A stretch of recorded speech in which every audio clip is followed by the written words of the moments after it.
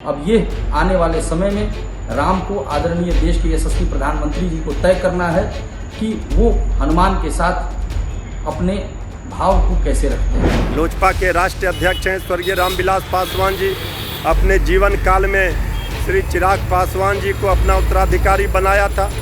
तो हर व्यक्ति को जनता के बीच जाने का अधिकार है, वो जा रहे हैं। आने वाले समय में ये निश्चित तौर पर देखने की बात होगी कि चिराग जी एक बड़े कद के नेता रामविलास पासवान जी के बेटे हैं, तो वो अपनी पॉलिटिक्स को कैसे संभालते हैं। भारतीय जनता पार्टी को मतलब है कि इससे सिर्फ वोट से, इसलिए भारतीय जनता पार्टी अभी ये देखना चाह रही है कि रामविलास पासवान जी के निधन के बाद जो उनका वोट बैंक है बिहार में, वो अब किसके साथ है। एनडीए का बिहार में कोई चेहरा है तो नीतीश कुमार जी है, लेकिन उसके इतर चिराग पासवान जी ने अपनी डफली बजाई, और जब आप अपनी डफली अपना राग देते हैं तो आप जैसे चिराग की बत्ती बुझी जाती है। नमस्कार, आप देख रहे हैं बिहार तक। मैं हूं आपके साथ सुकन्या सिंह। बीजेपी और चिराग पासवान का रिलेशनशिप स्टेटस जो है वो फिलहाल कॉम्प्लिकेटेड है। चिराग पासवान लगातार बीजेपी से मदद की गुहार लगा रहे हैं, लेकिन इस पूरे मुद्दे पर, चिराग के मसले पर बीजेपी ने चुप्पी को अपना हथियार बना लिया है। माना यह जा रहा है कि अभी बीजेपी वेट एंड वॉच की स्थिति में है। बीजेपी देखकर स्थिति का आकलन करना चाहती है और इसके लिए इंतजार कर रही है 5 जुलाई का। बता दें कि 5 जुलाई को दिवंगत रामविलास पासवान की जयंती है और इस दिन एलजेपी के दोनों गुट, चाहे वो पारस गुट हो या फिर चिराग गुट, दोनों अपनी तरफ से शक्ति प्रदर्शन कर रहे हैं, अपने अपने तरीके से रामविलास पासवान की जयंती मना रहे हैं। एक और जहां पारस गुट महाभोज का आयोजन कर रहा है, वहीं चिराग पासवान की अगर बात की जाए तो वो हाजीपुर से आशीर्वाद यात्रा की शुरुआत कर रहे हैं। और ऐसे में जब चिराग पासवान की आशीर्वाद यात्रा जमीन पर उतरेगी, हाजीपुर से इसकी शुरुआत होगी, तो बीजेपी की नजरें टिकी होगी ये जानने में, समझने में कि आखिर हवाओं का रुख किधर है। क्या रामविलास पासवान के वोटर चिराग के साथ हैं? और माना यह जा रहा है कि अपनी इसी रणनीति के तहत बीजेपी ने मोदी कैबिनेट के विस्तार को भी 5 जुलाई तक टाल दिया है और उसके बाद कैबिनेट विस्तार पर नरेंद्र मोदी फैसला लेंगे। अगर बीजेपी को लगेगा कि चिराग पासवान के साथ है रामविलास पासवान के 6% पासवान वोटर, तो फिर चिराग की तरफ दोस्ती का हाथ बीजेपी बढ़ा सकती है या चिराग के बढ़े हुए दोस्ती के हाथ को थाम सकती है। और अगर बीजेपी को लगा कि इस पूरे कवायद में, इस रामविलास पासवान की जयंती के दिन चिराग का जनाधार उस तरीके का नहीं है, तो फिर बीजेपी जो है नीतीश कुमार के साथ जा सकती है, उनके चॉइस पारस गुट के साथ जा सकती है और हो सकता है कि पारस गुट से किसी की मोदी कैबिनेट में एंट्री हो जाए, क्योंकि चिराग पासवान ने साफ कर दिया है कि एलजेपी कोटे से अगर चाचा पारस को मंत्री बनाया जाता है तो ये बर्दाश्त नहीं है और लगातार वो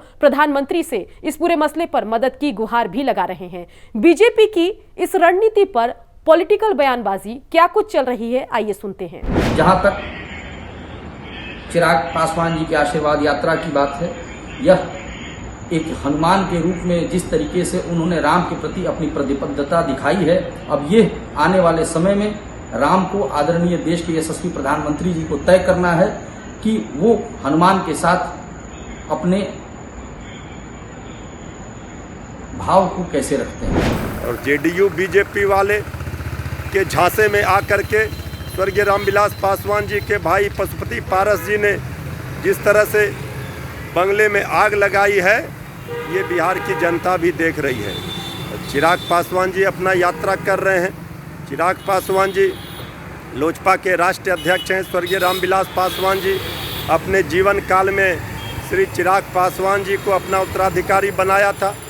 तो हर व्यक्ति को जनता के बीच जाने का अधिकार है, वो जा रहे हैं। एलजेपी के जो दोनों फैक्शंस हैं, उनका स्वाभाविक क्लेम रामविलास पासवान जी की लीगेसी को लेकर के है और जाहिर सी बात है कि वे दोनों फैक्शंस विभिन्न तरह के आयोजन कर रहे हैं क्लेम करने के लिए रामविलास पासवान जी की लीगेसी को, और साबित करना चाहेंगे कि किनकी क्रेडिबिलिटी ज़्यादा है। आने वाले समय में ये निश्चित तौर पर देखने की बात होगी कि चिराग जी एक बड़े कद के नेता रामविलास पासवान जी के बेटे हैं, तो वो अपनी पॉलिटिक्स को कैसे संभालते हैं? पशुपति पारस जी भोज का कार्यक्रम कर रहे हैं और चिराग पासवान जी आशीर्वाद यात्रा कर रहे हैं। तो अभी भाजपा ये देख रही है कि किसके साथ रामविलास पासवान जी का वोट बैंक चिपका है और जिसके साथ वो वोट बैंक भाजपा को दिखेगा, भाजपा बस उससे हाथ मिलाएगी। भाजपा को सिर्फ नोट और वोट से मतलब है, बाकी किसी चीज से। चिराग पासवान आउट हो चुके हैं और ये पहली दफा क्लियर नहीं हुआ। चुनाव के दरमियान भी जब एनडीए के चेहरे की बात हुई तो प्रधानमंत्री नरेंद्र मोदी जी से लेके अमित शाह जी से लेके जेपी नड्डा जी से लेके तमाम शीर्ष नेतृत्व ने भी एक ही बात कही कि अगर एनडीए का बिहार में कोई चेहरा है तो नीतीश कुमार जी है। लेकिन उसके इतर चिराग पासवान जी ने अपनी डफली बजाई और जब आप अपनी डफली अपना राग देते हैं तो आप जैसे चिराग की बत्ती बुझी जाती है। चिराग पासवान को लेकर बीजेपी ने अभी अपने पत्ते नहीं खोले हैं और अभी मौन साध रखा है। चाहे कोई भी व्यक्ति हो बीजेपी से कुछ भी बोलने को तैयार नहीं है। लेकिन इन सब के बीच बड़ी घटना यह हुई कि चिराग पासवान ने अहमदाबाद का रुख किया और बीजेपी के या फिर हम कहें कि नरेंद्र मोदी के करीबी नेता से मुलाकात की।